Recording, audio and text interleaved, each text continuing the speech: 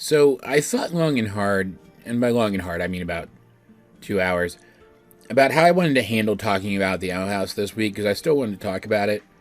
But every time I sat down to actually try to record a review of the newest episode, Clouds on the Horizon, I just couldn't shake the feeling that I would get more out of it if I talked about it, along with next week's season finale. I don't remember the title of it now. I just looked it up. Dear God, it doesn't matter, though. It has King's name in it. The episode's going to be about him on some level. But that's all I remember. Point is, as good as Clouds on the Horizon was, and as much as it did for the story, because it did do some really definitive things for the story, it really did feel like part 1 of 2. And part 2 being that season finale. So I decided I'm going to talk about both of those at the same time next week. This, of course, risks that review being a little overbloated, but I still feel like it's the best option. I still feel like being able to flow right from the Clouds on the Horizon stuff into the other stuff will be beneficial. So instead, I'm coming at you with a bit of a discussion, because for those who didn't watch it and you don't mind spoilers, spoiler alert, one of the plot points in Clouds on the Horizon was the plan of the resistance group, the Cats. They're a relatively small group, right? So it's not like they can actually directly engage the Emperor in combat or anything. So their best plan is to actually go through with the Day of Unity, but using Ida in place of one of the other Coven heads. And it's an absolutely brilliant idea, honestly. We've seen how the curse corrupts spells. It makes sense that giving her Rain's place, disguising her with an illusion to make her look like Rain, and then sending her up there with an actual legitimate Bard Coven's glyph on her arm will cause the Day of Unity spell to be corrupted. The problem with all of this is we find out in this episode from Kikimora that, quote, the Emperor has eyes everywhere, and therefore knows that the Cats are heading to the Day of Unity to disrupt it, and he isn't worried. And if you'll allow me to indulge in just a bit of theory crafting before we get to that discussion, I think there's 2 reasons why he wouldn't be. 1, he's just that prepared for when they arrive. Or 2, this is part of his plan. Because remember, the other thing that Ida's corruption does, it destroys everything that the spell touches. Remember some of those visual effects that we got from the Collector of what the Day of Unity will do to other witches. It seems like they'll crumble to dust. It doesn't really line up with what we saw, the Coven glyphs that Belos was experimenting with in the past. It doesn't really line up with what they did visually. And remember, in that past flashback, we saw that Belos' goal with the Coven sigils was to kill their bearers, but he hadn't quite worked out how to make that happen. We just assumed that he had worked out that kink, for lack of a better term, at some point in the meantime. But what if he hasn't? What if he's counting on Ida being a part of this so that her curse will finish the spell off by vaporizing every witch that has a Coven glyph? Like, is it more likely that they're going for a more typical, the Emperor knows you're coming so he's not worried kind of deal, and that they're going to stop the Cats from interfering? Like, yeah, statistically that's still more likely because that's what more shows do. But this is a normal show. This is the Owl House. It's constantly surprising us with where it takes these plot threads. To the point that I feel that the quote-unquote less likely plot development should be what we're considering first at this point, right? And this does actually tie back into the theme of our discussion today. Because if this is the Emperor's plan, if he does plan to use the curse to top off his spell, so to speak, then the only reason he would really be able to do that is because he seemingly has somebody embedded in the Cats, spying for him and maybe even manipulating things. And again, it's possible that this isn't the case. It's possible that what Kikimora means by the Emperor has eyes everywhere is just that he sees everything, that he just, through some magical means, knows what the Cats are up to. We've suspected for a while that he has some magical means of knowing the gist of what's going on inside his kingdom. But the way she phrases it, he has eyes everywhere, seems to imply that he has a spy. That's a term usually used when you're talking about somebody spying for somebody. So assuming that that's the case, assuming there is a spy within the ranks of the Cats, I see 4 possibilities. 1, it could be just somebody in the background. But that's the least interesting one, so we're not even going to really entertain that for the rest of the video. So 2, 3, or 4, let's just lump them all in together. It could be Eber, Darius, or Rhaen. Eber being, I think, the simplest and, again, least interesting of the 3, because we don't really know anything about him. He's just there. He acts like a feral animal, or my 2-year-old nephew. And we know that Darius seemingly trusts him, but otherwise we don't really know anything about the guy because he doesn't have any dialogue. He doesn't have characterization. So while his betrayal would affect the characters, and that would be interesting to see, it wouldn't really affect us because he's basically a non-entity, an extension of Darius's character, and the other characters that we've been following as part of Cats for the short time that we've known them, even before we knew they were part of Cats, none of that would really be harmed by Eber's sudden presence on the other side and absence on ours. We could also learn retroactively that Eber in some way encouraged Rhaen's plan to give Eda a Bard's Coven glyph and send her in disguise to corrupt the spell. And whether or not Belos is counting on Eda corrupting the spell in some way, the plan to do so is what got all of the Cats heading off towards the head, where they're seemingly going to be stopped and captured. So either way, helping to initiate that plan, helping to plan that plan, could contribute to Eber being the spy, if that's something that he did. And honestly, I see no issues with this being the case. I think this one's pretty clean. That's why it's the simplest. We know so little about what this character gets up to that it would work either way. But like I said, I think it being either Darius or Rhaen would be far more interesting. So let's talk about Darius for a second. Darius started out coming across like a jerk, an asshole, somebody that we weren't supposed to like.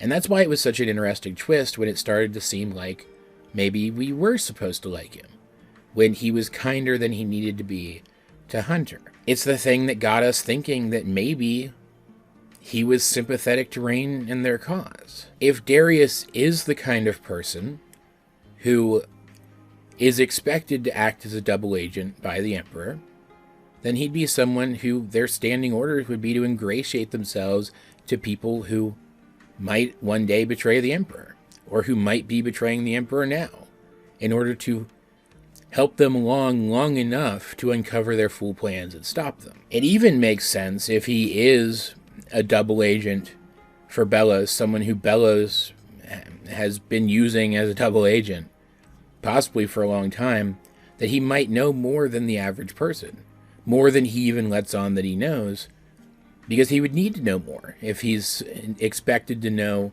who he's supposed to ingratiate himself with. So he might know about Hunter's status as a clone. He might know that all of the Golden Guards were Hunter. He may have put on that little show of not liking Hunter as much as the previous Golden Guard, specifically to try to force some disloyal behavior from Hunter as a means of testing him for Belos. And it would certainly be an interesting secondary twist to have this character who turned out to be a twist good guy turn out to be a twist bad guy after all.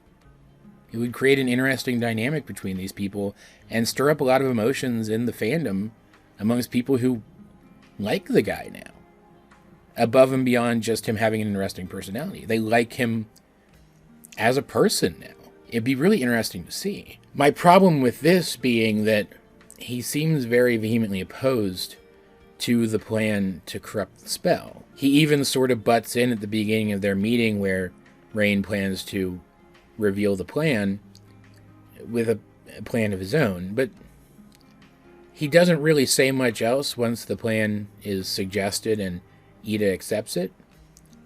So I guess he could have just been presenting other plans that were terrible in comparison, because let's not kid ourselves, his plan was terrible in comparison to this also pretty bad and risky plan, as a way of manipulating the people around him into feeling more sure about the plan that he wanted them to go with. Still, it feels a little counterproductive, but everything else that he's done, I think, fits. Even staying with the cats for as long as he has, rather than just calling in the Emperor's guards or whatever to take them down, assuming, again, that they don't actually need Ida at the Day of Unity for some aspect of it, makes sense, because the longer he stays with them, the more opportunities there are for the cats to recruit others, who can then be captured along with the rest. Other traitors that the Emperor wouldn't have necessarily known about otherwise. Even more interesting than Darius, though,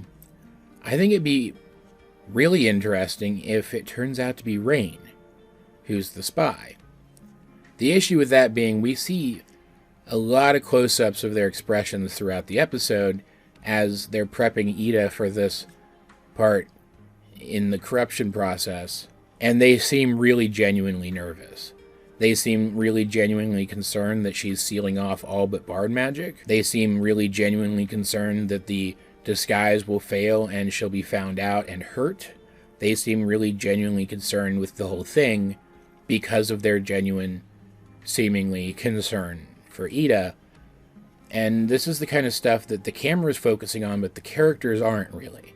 So it's not like they're putting on an act for anybody but us, if they're putting on an act at all. So if it does turn out to be Rhaen who's the traitor here, I think they would have to be under mind control. I think that we would have to find out that the tea that Torre was giving them was not actually a memory-altering tea at all, but a mind control tea. That they knew that Rhaen could use music notes to alter the composition of things, but that they have to know what the thing is in order to alter it, and therefore let them think that it was a memory-altering tea when it was something else. And that this entire time the tea has been working, it's just been controlling Rhaen's mind in ways that they didn't even realize they were being controlled. That effectively Rhaen is a sleeper double agent. A spy who doesn't even know they're a spy, but who might be properly activated at some point in the future and made to turn against the heroes more completely. After all, hasn't the show kind of been building up to a direct magical fight between Rhaen and Ida for a while now? Rhaen has been built up as sort of another Ida, another profoundly talented witch. They have this history together. We got that flashback episode of the two of them doing that maze thing where they refused to fight, but almost did. They met in that alley at the Coven Day parade, and they almost fought properly, but they didn't. Wouldn't it make sense then, after all that build-up, for there to be some reason for them to actually have a true knockdown, drag-out fight by the time this show is over? Like, I think this would overall is the most unlikely, because it relies on a whole lot of retroactive continuity to make it work. The show would have to be like, hey, remember all that stuff that you thought was true and correct? Well, it turns out a bunch of it wasn't. You better internalize that fast, because the story is going to be pretty quick-paced from this point forward, right? And that's difficult to do in cartoons, where at least part of the viewership is going to be kids. It risks being confusing. But my nephews watch this show, and they're pretty young, and this show has done other confusing stuff, and it's always done it in a way that they've understood it. So I can imagine that the crew would at least think that they're competent enough to pull off a reveal like this. So I don't think it being complicated and potentially confusing disqualifies it from being true. And again, you can't really deny that it wouldn't be the option with the most emotional impact, right? These characters have a really strong emotional bond with each other, and a lot of us viewers have latched on to that. It would also give Ida a very personal stake in the, we're assuming, post-Day of Unity fights to come. And real quick before we sign off, because I do have a little bit of extra time in the video, it looks like. I want to talk about the potential fifth option, the potential fourth, like important named character that could be. And before anybody asks, no, I don't think it could be Steve. Based on some behind-the-scenes stuff on Twitter, it really does sound like they had specific plans for Steve within the narrative, and being a spy would seem to contradict them. Now, I think it could be Gray. Gray could be here replacing one of the other named important characters, one of the other Coven heads specifically, I think. Again, probably Eber, but it could be Eber or Darius. I don't think it would be Rain in this case, because we did see those reactions on their face that seemed so genuine. I don't think, again, that Gray impersonating Rain would bother to be so expressive when no one's looking. But Gray could totally be impersonating either Eber or Darius, right? Because even Darius's creation of abominations could be something that Gray is mimicking through some powerful illusion. Though I do think it's more likely that it's Eber, because Eber doesn't really seem to use magic very often, so Gray wouldn't really need to simulate anything. It's also possible that if it is Gray, that he's just replaced one of the more minor Cats members in the background too, right? But again, I'm going to be discounting that because it's less interesting. But like, why were we introduced to this character when we were, and specifically introduced to his propensity for using acting combined with illusions to trick people and get in with them, if that wasn't going to come into play in some form in the finale? Why did we learn that about him? Why were we introduced to him when we were, if it wasn't in preparation for something to come relatively soon? That's what this show does, after all. Literally the only narrative reason, though, that I can think of for why Gray would end up being the spy over these other three is that the fact that the other three were trying to get into the Emperor's mind makes them seem like very genuine rebels, and if Gray replaced one of them after this point, then they were still very genuine rebels when they did this. So yeah, well, again, I think this would be comparatively less interesting than if it turned out to be literally one of the characters that are a part of Cats already. I think it's possible, and I think it could round out to be something pretty cool. Like, after all, if the person up there for the Day of Unity ceremony doesn't literally have to be the one picked as a Coven head, it just has to be somebody in the Coven, couldn't he just disguise one of the other people in the Bard's Coven as him and put them up there to fill his absent spot? So, like, even, he wouldn't even be there for the Day of Unity so everybody would figure it out.